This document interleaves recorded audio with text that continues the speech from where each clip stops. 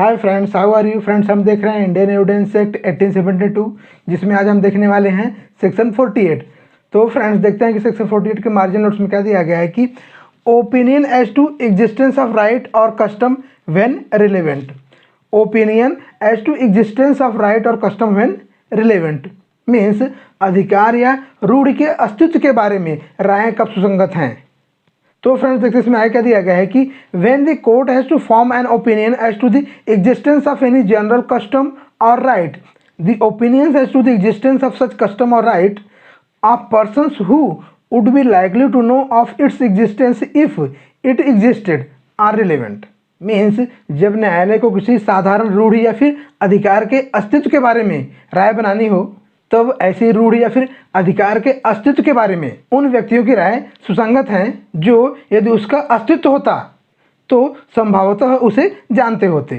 तो friends Indian evidence act section 48 में दिया गया है कि अगर कोर्ट को किसी जनरल कस्टम या फिर किसी जनरल राइट के अस्तित्व के बारे में अगर कोई राय बनानी हो, तब ऐसे कस्टम या फिर ऐसे राइट के अस्तित्व के बारे में उन व्यक्तियों की राय सुसंगत होगी जिन व्यक्तियों को ऐसे राइट या फिर ऐसे कस्टम के बारे में संभावितः जानकारी होती अगर वह कस्टम या फिर वह राइट अस्तित्व में होता। तो फ्रेंड्स सेक्शन 48 को हम एक एग्जाम्पल द्वारा समझते हैं कि सपोज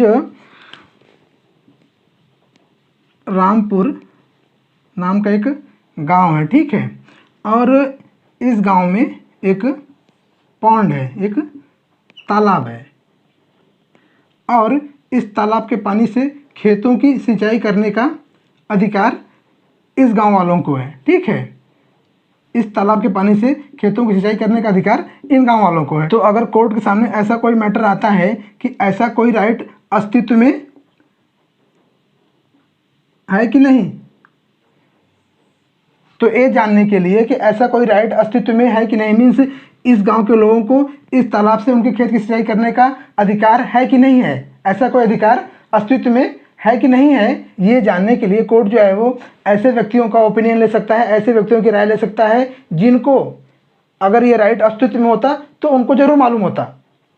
ऐसे व्यक्तियों की राय कोर्ट ले सकता है जिनको अगर ऐसा राइट अस्तित्व में होता तो उनको जरूर मालूम होता। तो इसके लिए कोर्ट जो है वो इस गाँव के जो बड़े बूढ़े हैं, मीन्स जिनकी उम्र 70 या फिर 80 साल है, इनकी राय कोर्ट जो है वो ले सकता है, क्योंकि अगर ऐसा कोई राइट अस्तित्व में है तो इनको जरूर मालूम रहेगा। ये जो बड़े बूढ़े लोग हैं उस गाँव के, उनको जरूर मालूम रहेगा कि इस गांव के लोगों को इस तालाब के पानी से उनके खेत की सिंचाई करने का अधिकार है कि नहीं है। तो कोर्ट को अगर इसके बारे में कोई राय बनानी है कि इस गांव के लोगों को इस तालाब के पानी से उनके खेत की सिंचाई करने का अधिकार है कि नहीं है, अगर कोर्ट को इसके बारे में कोई राय बनानी है, तो ऐसे में उन व्यक्तियों का ओपिनियन जिनको अगर ऐसा कोई राइट अस्तित्व में होता तो जरूर मालूम होता।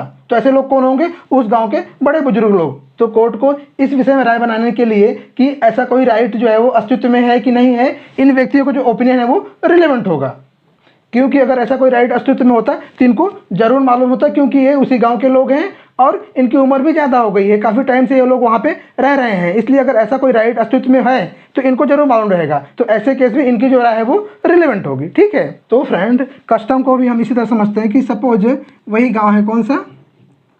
रामपुर, ठीक है, और रामपुर गांव का एक मंदिर है, मतलब गांव के कुल देवता का एक मंदिर है, ठीक है।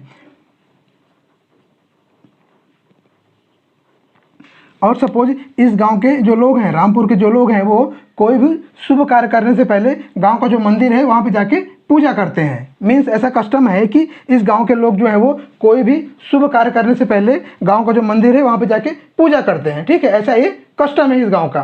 तो अगर ऐसा कोई प्रश्न निर्माण होता है कोर्ट के सामने कि ऐसा कोई कस्टम जो है वो अस्तित्व में है कि नहीं है, अगर कोर्ट को इसके बारे में कोई राय बनानी है कि ऐसा कोई कस्टम जो है वो अस्तित्व में है कि नहीं है, तो ऐसे केस में इस गांव के जो बड़े बूढ़े हैं जिनकी उम्र 70-80 साल है, ठीक है, उनका ये ओपिनियन कि ऐसा कोई कस्टम अस्तित्व में है कि नहीं है रिलेवेंट होगा। मीन्स इस गांव के जो बड़े बूढ़े हैं वो अगर कोर्ट में आके ओपिनियन देते हैं कि रामपुर में ऐसी प्रथा है कि कोई भी शुभ कार्य करने से पहले गांव का जो मंदिर है वहां पे जाके पूजा करना, तो कोर्ट को इस विषय में राय बनाने के लिए कि ऐसा कोई कस्टम अस्तित्व में है कि नहीं है, इसके लिए इन लोगों का जो ओपिनियन है वो रिलेवेंट होगा।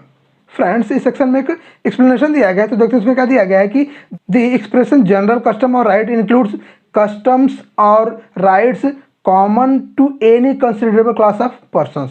मीन्स साधारण रूढ़ी या अधिकार के अंतर्गत ऐसी रूढ़ियाँ या अधिकार आते हैं जो व्यक्तियों के किसी काफ़ी बड़े वर्ग के लिए सामान्य है। मीन्स जनरल कस्टम या फिर जनरल राइट के अंतर्गत ऐसे राइट या फिर ऐसे कस्टम आते हैं जो किसी कंसिडरेबल क्लास ऑफ पर्सन के लिए कॉमन हो।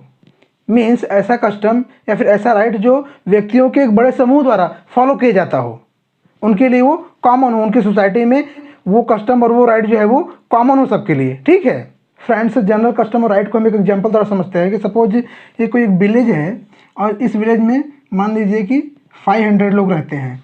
तो इन 500 लोगों में से सपोज 450 लोग या फिर नियर अबाउट 400 लोग जो है वो कोई कस्टम फॉलो करते हैं। तो ये जो 450 या फिर 400 जो लोग हैं ये कंसिडरेबल नंबर ऑफ पर्सन है, क्योंकि इस गांव की टोटल जनसंख्या 500 है। तो 500 में से 400 या फिर 450 जो है वो कंसिडरेबल नंबर है। मीन्स करीब करीब उस गांव के पूरे लोग। तो अगर ये 400 या फिर 450 लोग जो हैं वो अगर कोई कस्टम फॉलो करते हैं तो ऐसा माना जाएगा कि इस गांव के कंसिडरेबल नंबर ऑफ पर्सन जो है वो उस कस्टम को फॉलो कर रहे हैं। ठीक है, और अगर कोई custom considerable number of person द्वारा फॉलो किया जा रहा है तो ऐसा माना जाएगा कि वो जनरल कस्टम है। मीन्स वो जो कस्टम है उस गांव में जो लोग रह रहे हैं उनके लिए वो कॉमन है। और अगर कोई राइट इन्हीं 400 लोगों द्वारा इंजॉय किया जा रहा है तो ऐसा माना जाएगा कि वो राइट जो है वो जनरल राइट है, क्योंकि वो जो राइट है वो कंसिडरेबल नंबर ऑफ पर्सन द्वारा इंजॉय किया जा रहा है। उस गांव की टोटल जनसंख्या कितनी है? 500। ठीक है, उसमें से 400 लोग या फिर 450 लोग अगर किसी राइट को इंजॉय कर रहे हैं तो ऐसा माना जाएगा कि वो जो राइट है वो कंसिडरेबल नंबर ऑफ पर्सन द्वारा इंजॉय किया जा रहा है और वो उनका जनरल राइट है। ठीक है, मीन्स वो राइट जो है वो उन सबके लिए कॉमन है। तो इंडियन एविडेंस एक्ट का जो सेक्शन 48 है वो जनरल राइट और जनरल कस्टम की बात करता है। और ये जो जनरल राइट या फिर जनरल कस्टम है ये जो है प्राइवेट राइट या फिर प्राइवेट कस्टम से पूरी तरह अलग है। तो सेक्शन 48 जो है वो जनरल राइट और जनरल कस्टम की बात करता है, न कि प्राइवेट राइट और प्राइवेट कस्टम की।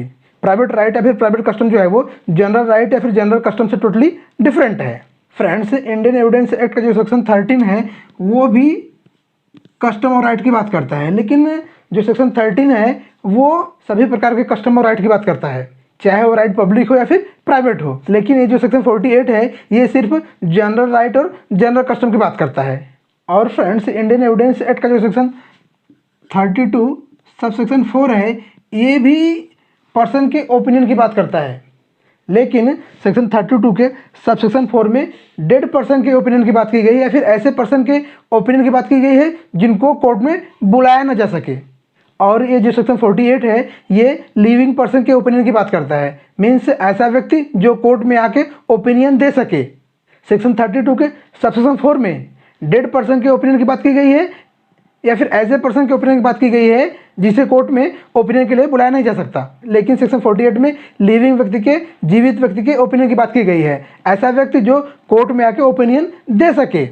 तो फ्रेंड्स, सेक्शन 48 में एक इलस्ट्रेशन दिया गया है, तो देखते हैं उसमें क्या दिया गया है कि the right of the villagers of a particular village to use the water of a particular well is a general right within the meaning of this section. तो इस इलस्ट्रेशन क्या दिया गया है कि किसी विशेष गांव के निवासियों का किसी अमुक कुएं के पानी का उपयोग करने का जो अधिकार है इस सेक्शन के अर्थ के अनुसार वह साधारण अधिकार है। मीन्स किसी विशेष गांव के निवासियों का किसी कुएं का पानी उपयोग करने का जो अधिकार है वह उनका साधारण अधिकार माना जाएगा इस सेक्शन के अनुसार। तो फ्रेंड्स, आज के लिए बस इतना ही। हम फिर मिलेंगे अगले लेक्चर में इंडियन एविडेंस एक्ट के एक नए सेक्शन के साथ। तब तक के लिए नमस्कार।